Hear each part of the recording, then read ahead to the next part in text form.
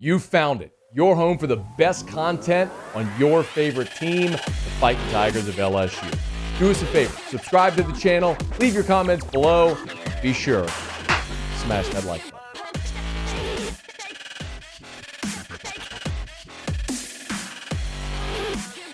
The Tigers go to Arkansas and pull it off 13-10. And I would say the sure sign of a good team is when you find a way to win even when you don't play your best. And it is obvious to say that LSU did not play their best on Saturday in Northwest Arkansas. And in September, LSU was not a good football team. They played very badly in that opener against Florida State. All the special teams miscues, the blocked PAT, the muffed punts, the false starts, the errant snaps, the busted coverages. LSU was a bad team in September, and they lost to Florida State because of it. LSU played badly on Saturday, but found a way to win because they've learned how to win. And that is a massive difference in what this team was and what they are, and that is a great illustration of what a well-coached team should do, which is improve over the course of the year. That's what LSU has done. They beat Arkansas, and with a little help, Ole Miss losing on Saturday, LSU is the SEC Western Division champion, and in year one under Brian Kelly is going to the SEC championship game. Let's talk a little bit about the game Saturday first. I don't know that I necessarily buy the whole letdown from Alabama. The defense played spectacular. Is anybody going to sit here and argue the defense didn't show up, that there was a letdown week to week? I don't think that was the case at all. And I also don't think the weather or the kickoff time or any of that mattered. I know it snowed on Friday night, but they cleared the field. It was sunny and beautiful and 40 degrees at kickoff. And sure, that's chilly, but once you start moving around, the weather doesn't affect. So I don't believe that had anything to do with anything on Saturday. I think you have to give a hat tip to Barry Odom, the defensive coordinator from Arkansas, who did something defensively that LSU hadn't seen yet. And Brian Kelly talked about this today. They had seen LSU's seen a lot of three-man fronts. A lot of teams have tried to do this against LSU, where they'll rush 3 or 4 and try to play coverage on the back end and contain Jaden Daniels. The problem is nobody's been able to contain Jaden Daniels. The guy's been incredible at eluding the rush and making plays with his feet, but he couldn't do it on Saturday, and he was sacked 6 times in the ball game, or 7 times in the ball game, and Jaden ended up for the game running for 10 yards net, because college football's stupid and they count sack yardage as the rushing total. But even if you take the sack yardage away, he rushed 12 times for 50 yards, which isn't what we've come to expect from Jaden Daniels. But Brian Kelly on Monday talked about what Barry Odom in Arkansas did specifically. It was an aggressive defensive game plan that, was unique in that sense, but we have to be better. We have to prepare for those kinds of situations where defenses just say, we're just going to give you everything we got, and what do we have to lose? And it falls on me and our offensive staff to prepare for those kinds of situations, and we'll be prepared, and it won't happen again. And it won't happen again. And thank goodness it showed up against Arkansas when you could still win the game. Because what I would suggest is, and this isn't exactly apples to apples, but look at what Georgia did against Tennessee. It was something Tennessee hadn't prepared, hadn't seen yet, at least not at that level, from that level of skill, and they weren't ready for it, and Georgia found a way to put Tennessee in a 3-hour chokehold. Well, the game was on CBS, so it was a 4-hour chokehold. I'm glad that this happened for LSU, and they saw this against Arkansas, and not in 2 weeks in College Station or 3 weeks in Atlanta against the University of Georgia. So it's a great way to build off of something that you saw. And I'll also say this for Brian Kelly and his staff, and I don't know that he would acknowledge this publicly, but I think when we saw KJ Jefferson didn't play, and we talked about this all last week, KJ Jefferson was going to be a massive story, because when they haven't had KJ Jefferson, their offense has been atrocious. They scored 17 points without him against Mississippi State, and with him injured last week against Liberty, they had a field goal through the first half, and they hadn't gotten into the end zone until the fourth quarter, when they were sort of desperate to get rolling, and they started running Jefferson, and they only managed 19 points. They're a different offense without KJ Jefferson, and you saw it. Malik Hornsby is just not a good thrower of the football. Malik Hornsby for the game was 4 of 9 for 24 yards. Brian Kelly and his staff, I think, realized that after the first 3 possessions of the ball game, where LSU went interception, 3 and out, fumble. They realized the only way Arkansas is beating us today is if we let them. If we turn the football over, if we make silly mistakes, and you allow a bad team into the game. Because Arkansas wasn't moving the football. They were not going to move the football with Malik Hornsby at center. Now, they made the change midway through the third quarter and went to Cade Fortin and ended up putting a scoring drive together. But ultimately, LSU adjusted, and Harold Perkins is an alien, and we saw what happened.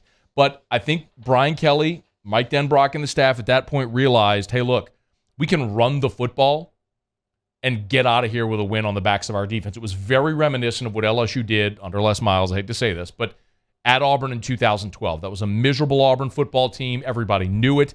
It was a bad day for LSU offensively, and Les after the game infamously said, with that defense, punt it again, just punt it again. With that defense, you kidding me? Just punt it again, punt it again. They were content to just punt, play field position, and just get out of there with a win. And that's really what LSU did on Saturday. A couple of observations. Harold Perkins is magnificent. I don't know what other superlatives we can use for Harold Perkins at this point. I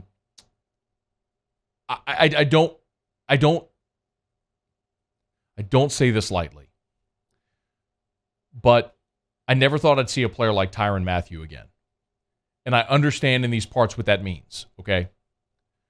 But the thing about Tyrann was he always made extraordinary plays, and he made it feel commonplace because it happened all the time.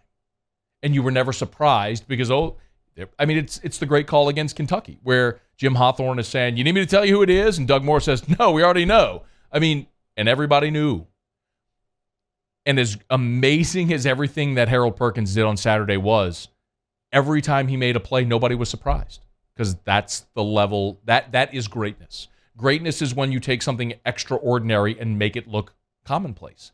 And Harold Perkins, as a true freshman, has done that, which is just absolutely stunning. I got much more to say about Perkins, which we'll get to. I mentioned, I think the early turnovers changed LSU's approach in the game. Y'all, this was a bonker sequence. After Jaden Daniels fumbled the ball at the 10-yard line, this is how this was the sequence. LSU fumbles at the 10. They get the goal line stand. Awful decision, by the way, by Sam Pittman not to take the points there, and it bit him in the butt. But LSU gets the goal line stuff. Ojulari and Wingo, the big stop there on third down. LSU gets the ball back at their own 3-yard line. They get a first down, and they're facing a 4th and 1 at their own 24. And Brian Kelly lines up to go for it. Against a team that can't move the football, he lines up to go for it. And only after a false start by Mason Taylor does he send the punt team out there, and then he fakes the punt. And then that was negated by a hold by Mike Jones. This was so bonkers. You actually get the punt off. They have a block in the back, and that's when Perkins forced the fumble for the first time in the game, and LSU would get the ball, kick a field goal, which would tie the game at 3. That was a crazy sequence, how that all unfolded. The game felt very drunk at that point. But what else, I guess, would you expect in Northwest Arkansas in 40-degree weather? The letdown, bounce back spot, and all that stuff, which is exactly what transpired. I thought Sam Pittman cost his team a chance to win the game, passing on the field goal early, and then in the third quarter, he went for it on 4th and 2 from their own 38-yard line, and lost 2 yards and gave LSU a short field, and that ended up being LSU's only touchdown in the ballgame. Was the short field touchdown after Pittman went for it on 4th and 2. And it was so surprising, as aggressive as he was early in the game. Arkansas had the ball with, about 4 minutes to go in the ball game. They were facing a 4th and 10. And that was after the Harold Perkins forced fumble that they reviewed and overturned. And he decided to punt there. Now, they got to stop, got the ball back, and Harold Perkins won the game for LSU a second time. But I was a little surprised to see Pittman be so aggressive early and then not aggressive late, which I think it cost his team. Hat tip to Josh Williams, career high 122 rushing yards. I don't know what else we can say about Josh Williams. On LSU's first drive of the game, they were facing a 3rd and 18. They were just content to run the ball up the middle and see what they can get and punt it. And he ran for 20 yards and converted a 3rd and 18 on a give up the middle. He continues to be a spectacular story. So great. Congrats to Josh Williams on a career high. Greg Penn had a game high 9 tackles. Brian Kelly said Greg Penn played his best ball. They really challenged him with DeMario Tolan, the freshman, coming behind him. And you can really see how that LSU linebacker room is shaping up, not just for the remainder of this season, but for years to come, where you've got Perkins and Penn and Tolan. And, of course, you've got West Weeks and Colby Fields as well, a couple of transfers you brought in that are giving you depth and growing right now to give you better depth even next year. They've really remade that room, which is awesome to see. The special teams miscues reared their ugly head again. You kicked another one out of bounds. You had a double holding on a kickoff return in this ball game as well. But the consistency from Damian Ramos has been really welcomed. He's hit some clutch kicks, and then of course was 2 for 2 on Saturday, which provided the difference for LSU in a 13-10 win. So now the focus shifts to UAB, which is a 5-5 football team, but you want to look at a stinky line. LSU's a 14.5-point favorite over UAB. I think a lot of people assume that would be a much bigger line. Brian Kelly said, look, UAB is a good football team. They've lost some close games. They're better than their record shows. We've seen UAB come into Tiger Stadium and win, and I don't think anybody wants to see that on Saturday. So let's hope the Tigers refocus, get this done Saturday, and turn the page to a regular season finale in College Station where they could wrap up a 10-2 record and let the chips fall where they may in the SEC championship game against Georgia. So Tigers win 13-10 on an uncomfortable day in Northwest Arkansas, but as we had hoped, they put their head on their pillow Saturday night, SEC West champs, with a lot still to play for. Hey, thanks so much for watching. Please leave your comments. I love to interact, and be sure to hit the red subscribe button below.